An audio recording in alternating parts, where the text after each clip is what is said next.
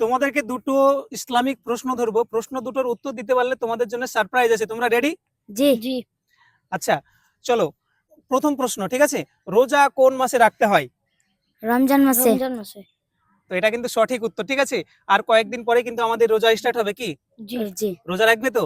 জি ইনশাআল্লাহ। ইনশাআল্লাহ আমরা সবাই রোজা করব, ঠিক আছে। আর দ্বিতীয় প্রশ্ন একটু টাফ হবে, ঠিক আছে, ভাবনা চিন্তা করে উত্তর দিবে। হ্যাঁ, সালামের অর্থ কি? আমরা যে সালাম দেই মানুষকে, আসসালামু আলাইকুম, এটার অর্থ কি? তোমার উপর তোমার উপর সালাম বর্ষিত হোক।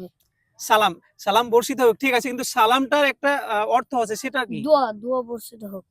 না, রং। একটু ভাবনা চিন্তা করে বলো। তোমার উপর রহমত বর্ষিত হোক। হ্যাঁ, রহমত বর্ষিত হোক বা শান্তি বর্ষিত হোক। জি। তো ওরা কিন্তু দুটো প্রশ্নের উত্তরই সঠিক দিয়েছে। তো তোমাদের জন্য ছোট্ট একটা গিফট আছে, উপহার আছে, নিবে তো?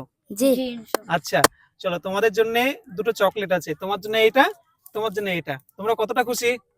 অনেক। অনেকটা।